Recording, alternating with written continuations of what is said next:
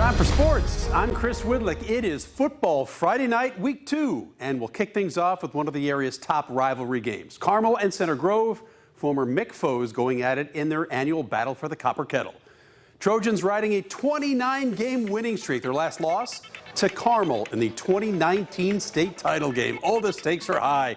Tied at 7 in the second. Hounds take to the air. Jackson Kazmierzik deep to Reese Bellin for a huge gainer. Carmel has to settle for a field goal in a 3-point lead. Third quarter now, tied at 10. Kazmierzik airs it out again, this time finding Adrian Caldwell leads to yet another Hounds field goal. Ensuing kickoff, Eli Holt is going to break off a huge gainer. Just the kicker to beat in the end, but Joshua Plezik does just enough to bring him down.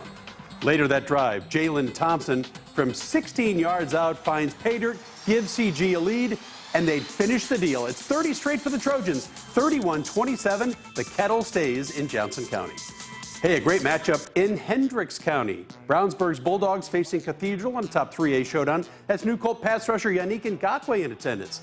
Second quarter, Garrett Sherrill pounding the Irish. A 19-yard touchdown. Brownsburg leads 21-7 at halftime.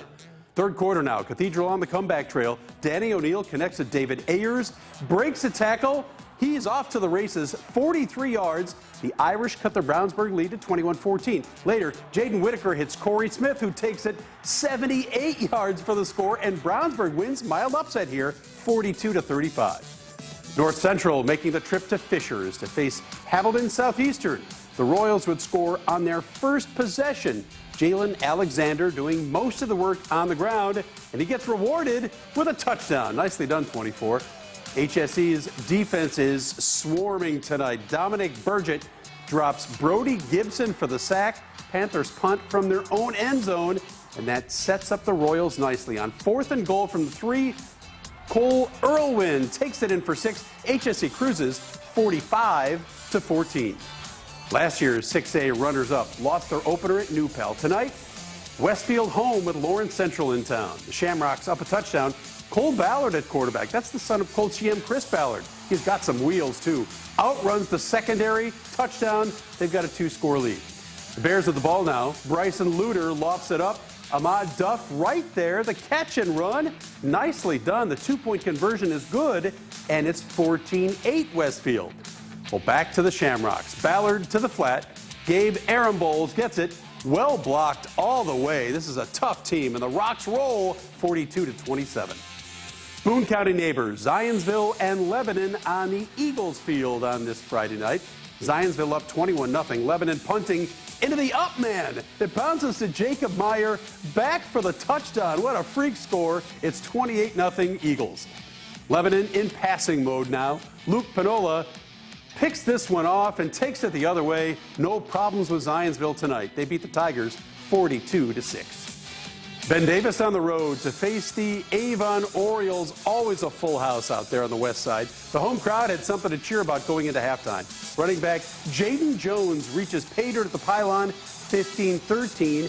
Giants in a tight one at the break. Coming out of the locker room, Elijah Price breaks a couple tackles. Nice gain for the visitors, and they are rolling.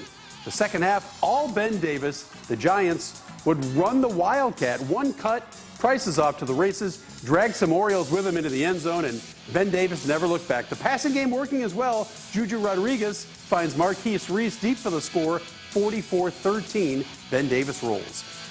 Hey, everybody's seeing red. The Fishers Tigers facing Pike in the Tiger Den. First play of the second half. Red Devils' Josh Woods is intercepted, picks off Lucas Mins, waltzes into the end zone, and Pike has a 17-7 lead.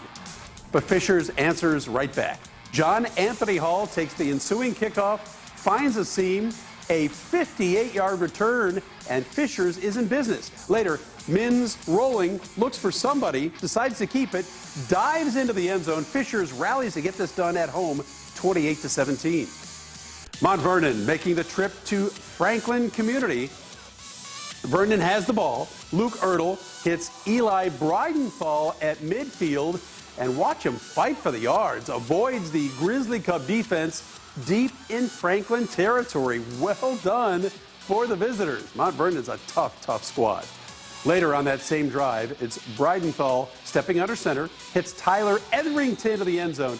2-point conversion is good, and Mount Vernon has an 8-0 lead. Franklin ball now. Clay Pinnock finds Maxwell Clark right in stride. They can't finish the drive of the touchdown. They'll settle for a field goal, but they go on to win. Franklin in a tight one, 20-17. The Trojans of Bishop Chatard playing host to Arsenal Tech, and the home team wasted little time scoring. Opening drive, Drew Van Vliet hits Ryan Keating on a quick pass. He takes it inside the Titan 10-yard line.